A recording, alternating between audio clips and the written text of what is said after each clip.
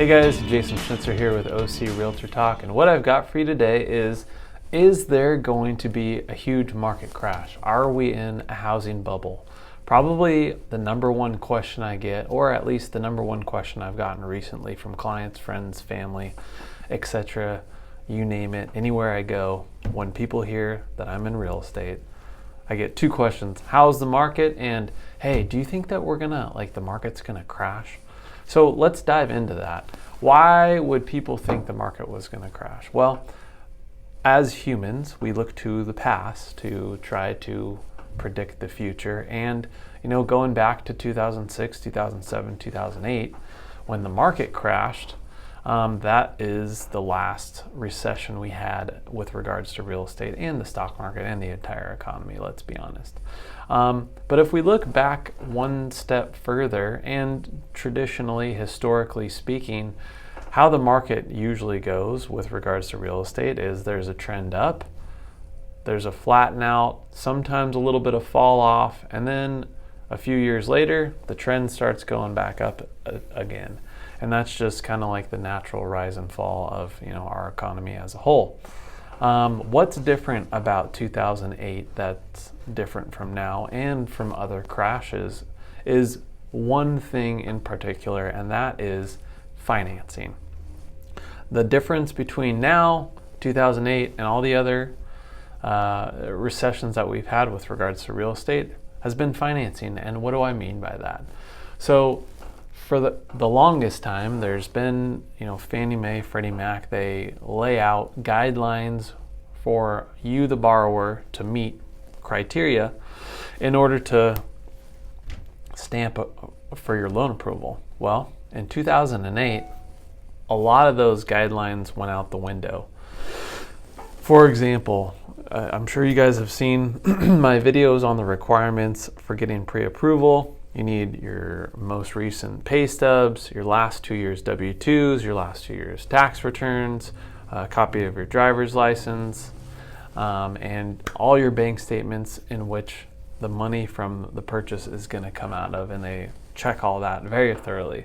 So what happened back then is really they had stated financing. So you were able to tell that lender, hey, I work at McDonald's and I make $100,000 a year, and as long as you had good credit, they would basically give you a loan. And not only that, you could put 0% down. They had a lot of funny money financing, if you will, professional term.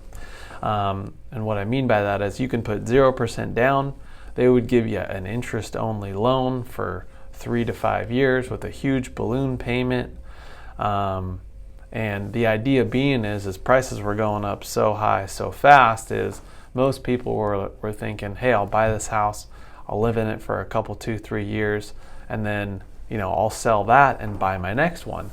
And that way they could keep their payments low. They weren't necessarily worried about paying their principal balance down, because the idea wasn't to hold on to the house for very long and just use it kind of like as a trampoline and just ride the wave as the market went up and up and up. The problem with that is it was too good to be true. There was a lot of artificial inflation there with regards to appreciation, because supply and demand was flipped on its head. There was way more demand than there was supply. People were buying houses as the for sale sign was going into the front yard, creating a buying frenzy, and again pushing prices way, way up. So what happened is all that financing went away. We had the stock market crash and then real estate market crash.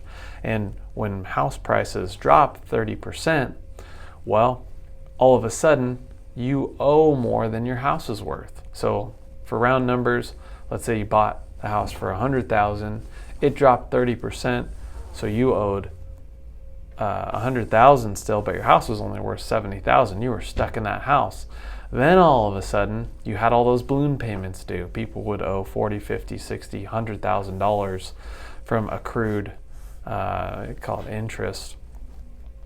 And then their loan would modify to principal and interest instead of just interest, and sometimes their payments would double, and they couldn't afford that, of course, because a lot of people got let off, etc. So couldn't afford house payment. Their house wasn't worth what they'd pay for. So they had to either make up the difference with the money in their savings if they sold the house, which not very many people like to do, or let it go to foreclosure, which people didn't like doing because that has a huge damaging effect on your credit.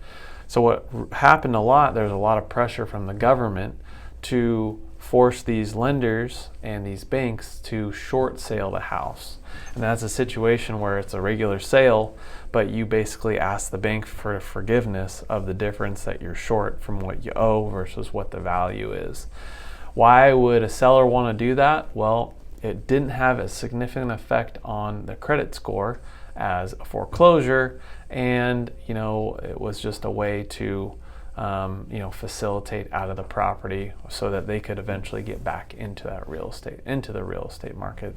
And we have seen a lot of people repurchase now that have had for the short sale process. So on a global scale, or even a United States scale, when you have such a huge decrease in property values, the biggest problem, and again going back to financing, is people had 0% down. So why would anybody want to hang on? They have no skin in the game. So they could either walk away or short sale their house and not have any problems, 3 to 5 years later in a short sale, or 5 to 8 years later in a foreclosure. And there was no real incentive to, tough it out, make the payments to the bank, because again, there was no skin in the game. The biggest difference between then and now is, I would say, the majority of our purchases in our office in this area are at least 20% down. So there's a lot of people with skin in the game. We're back to the old way of doing things. You got to show me what you got, if you will. And those 6 items that they request from you to even get you pre-approved for a loan, they go through all that information with a fine-tooth comb and make sure that you fit exactly into the guidelines for Fannie and Freddie for that conventional financing. Recently, in the last 5, 6, 7, 8 years, guidelines have been a little more lenient with regards to down payments. You can buy a house with as little as 3 to 5% down, but what hasn't changed is those requirements for the borrower to meet from an income to debt ratio standpoint, from a reserve standpoint, and from a FICO score standpoint. So is there going to be a huge bubble? My personal thoughts are no, unless there's some huge natural disaster, catastrophic effect for the whole United States, war, something crazy like that. The one thing I will say that is artificial about this market is interest rates. Right now, the government is doing QE, or what's called quantitative easing. They're buying millions and billions of dollars of mortgage-backed security. And what does that do? It affects supply and demand with regards to how much money is out there to be lent. There's a lot of supply of money to be lent. Therefore, the cost to borrow is very inexpensive, which is why we see interest rates so low. That's creating a supply and demand flip-flop with regards to our market, because there's more demand than there is supply. So eventually, when these interest rates do rise, affordability is going to fall, and supply and demand should eventually kind of work its way out. What it's going to do long-term for prices, I'm not too sure. Is there a chance that prices could soften in the future? I would say definitely. I don't know how they could potentially keep going like they've been going for as long as they've gone, but here we are, Q4 of 2021, and we've seen almost 15 to 20% appreciation since this pandemic has started, believe it or not.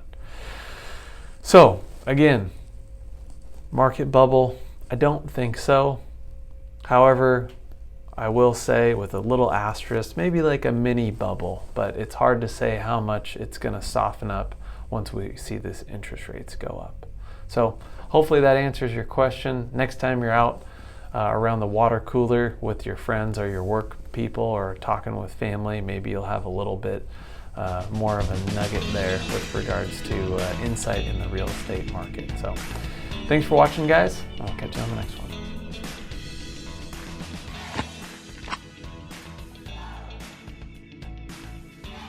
Hey guys, thanks again for watching this week's episode of O.C Realtor Talk. If you gained any value from this video, we'd really appreciate it if you liked, subscribed, and followed us on all our social media platforms. Yeah, what Jason and I believe is really, really important for you, whether you're buying a house or selling a house, is understanding the process and knowing exactly what you're getting into. So if you ever have any questions, just follow the links below.